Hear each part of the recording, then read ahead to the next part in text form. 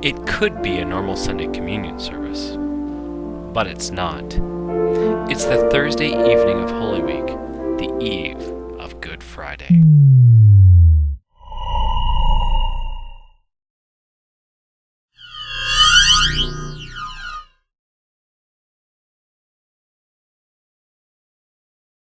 This is Maundy Thursday, and the name can seem a bit odd to many.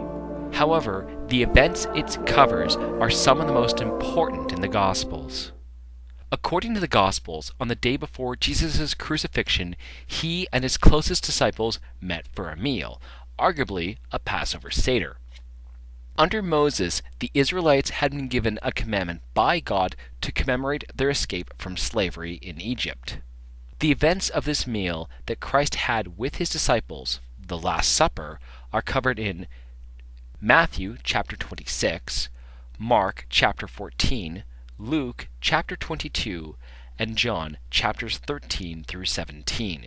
Yes, this event alone covers 4 chapters of John's Gospel.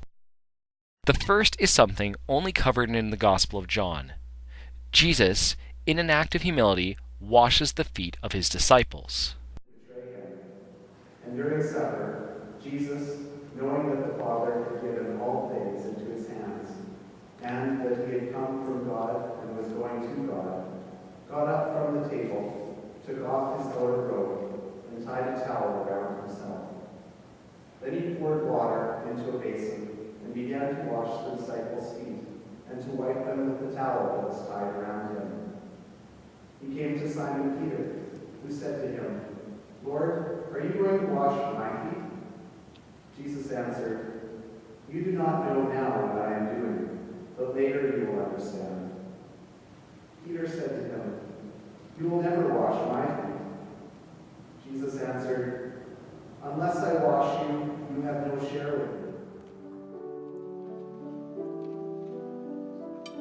In this service, it is customary for the clergy to invite the congregation to come up and have their feet washed. The second concentrates on a new commandment given by Jesus. You cannot come. I give you a new commandment, that you love one another. Just as I have loved you, you also should love one another. By this everyone will know that you are my disciples, if you have love for one another. In Latin, the commandment is rendered as Mandatum novum do vobis ut diligatis invincium sic ut dilexi vos ut et vos diligatis invincium. The name Maundy Thursday comes from the first word of the verse in Latin, mandatum. The third shows Christ's establishment of the Supper of the Lord, also known as communion or the Eucharist. This event, missing from John's Gospel, finds Christ instituting the sacrament.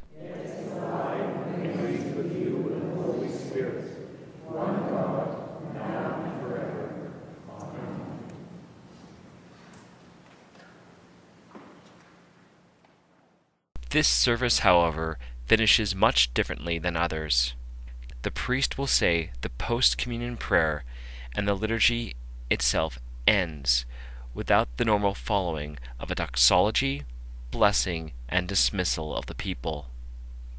Instead, the clergy, servers, and other parishioners begin to strip the altar and the sanctuary bare of all the linens and furnishings present.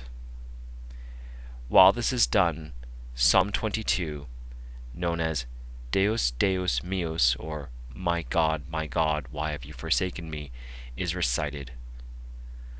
Lights throughout the church are slowly extinguished, leaving it a much more dark and dreary place than what it was just minutes ago. The last light, the Paschal candle, is let out and extinguished at the end of the psalm. The congregation leaves slowly, in silence, but a few remain in prayer.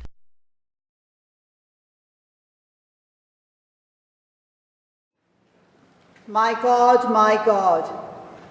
why have you forsaken me and are so far from my cry?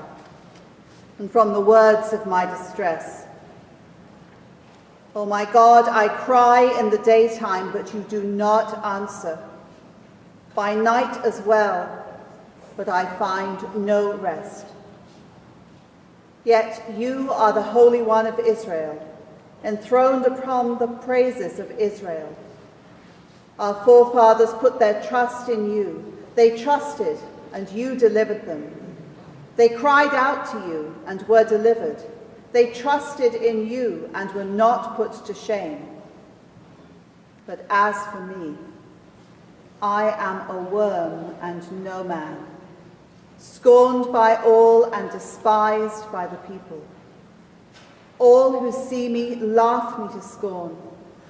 They curl their lips and wag their heads, saying, "He trusted in the Lord, let him deliver him. Let him rescue him, if he delights in him."